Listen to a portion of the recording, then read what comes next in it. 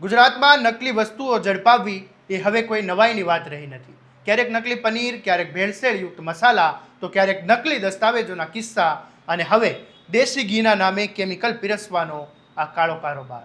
સવાલ એ છે કે આખરે ગુજરાતમાં લોકોના આરોગ્ય સાથે ખેલ કરનારાઓને આટલી હિંમત મળે છે ક્યાંથી? અને તંત્રને ત્યારે જ કેમ ખબર પડે છે જ્યારે કરોડો રૂપિયાનો ધંધો ઊભો થઈ જાય છે? શું છે સમગ્ર મામલો? આવો વિગતે વાત કરીએ આ અહેવાલમાં.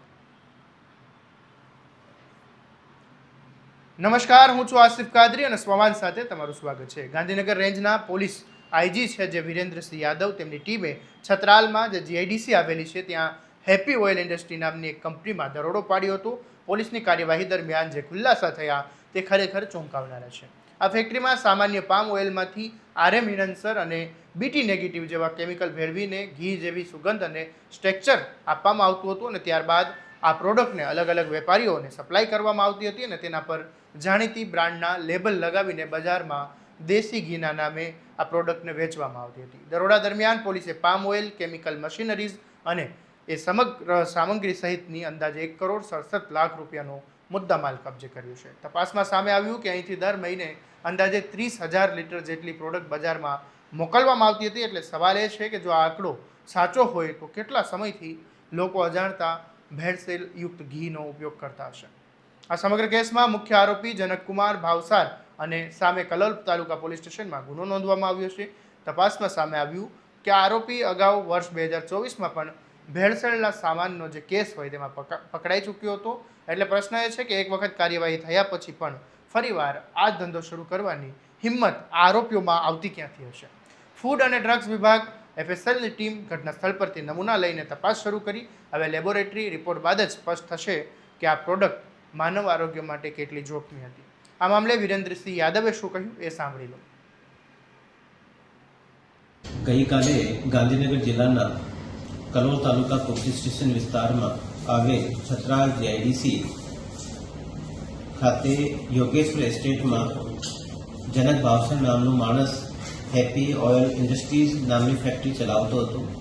આ ફેક્ટરી માટે પોલીસને જાણકારી મળે કે ત્યાં મિલાવટના અમુક ખાદ્ય પદાર્થો બનાવવામાં આવે છે, જેમાં ઘી પણ સામેલ છે અને મિલાવટી પામ ઓઇલ પણ બનાવવામાં આવે છે.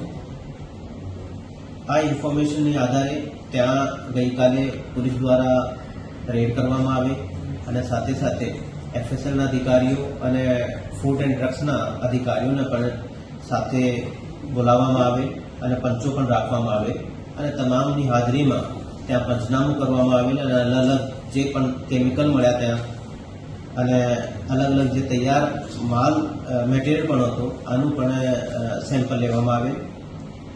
આશ્ચર્યજનક વાત એવી છે કે ત્યાં જે તૈયાર માલ હતો, જે તૈયાર મટીરિયલ હતો એ લગભગ 30,000 લીટર જેટલો એક તૈયાર મટીરિયલ હતો. તો એને પણ પોલીસને સફળતા મળી છે કબજે કરવા માટે.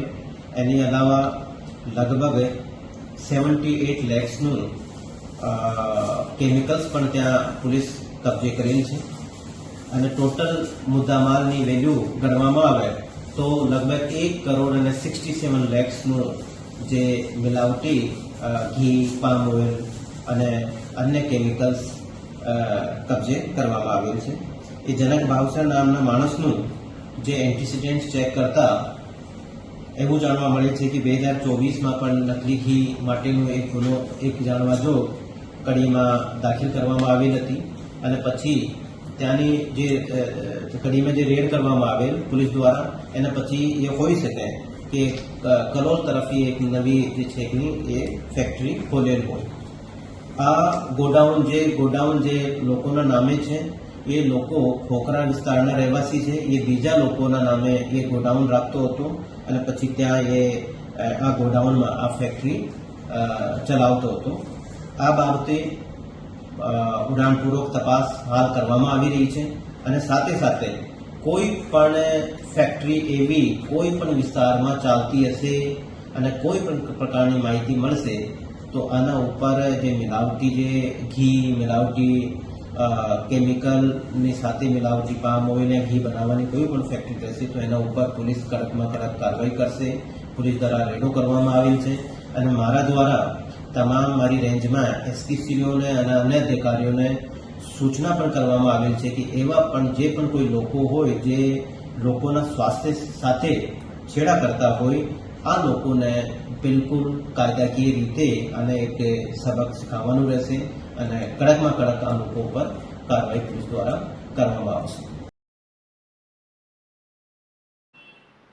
તબીબોના નિષ્ણાતના જણાવ્યા મુજબ આ કેમિકલયુક્ત ભેળસેળવાળા ખાદ્ય પદાર્થોનું લાંબા સમય સુધી સેવન કરવામાં આવે તો હૃદયરોગ, કોલેસ્ટ્રોલ, હાઇબ્રિડ પ્રેશર અને ગંભીર બીમારીઓનું જોખમ ઊભું થઈ શકે. પરંતુ અહીં સૌથી મોટો સવાલ એ છે કે આ નકલી ઘી આખરે કયા વેપારીઓ સુધી પહોંચતું હતું, કઈ કઈ બ્રાન્ડના નામે બજારમાં વેચાયું અને કેટલા લોકો સુધી આ ભેળસેળયુક્ત પ્રોડક્ટ પહોંચી ગઈ.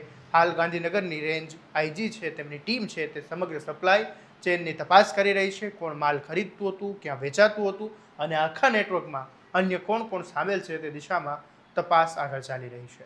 હવે જોવાનું એ રહેશે કે કાર્યવાહી એ માત્ર એક ફેક્ટરી સુધી સીમિત રહે છે કે પછી ગુજરાતભરમાં ભેળસેળના આવા નેટવર્ક સામે પણ કડક કાર્યવાહી થાય છે.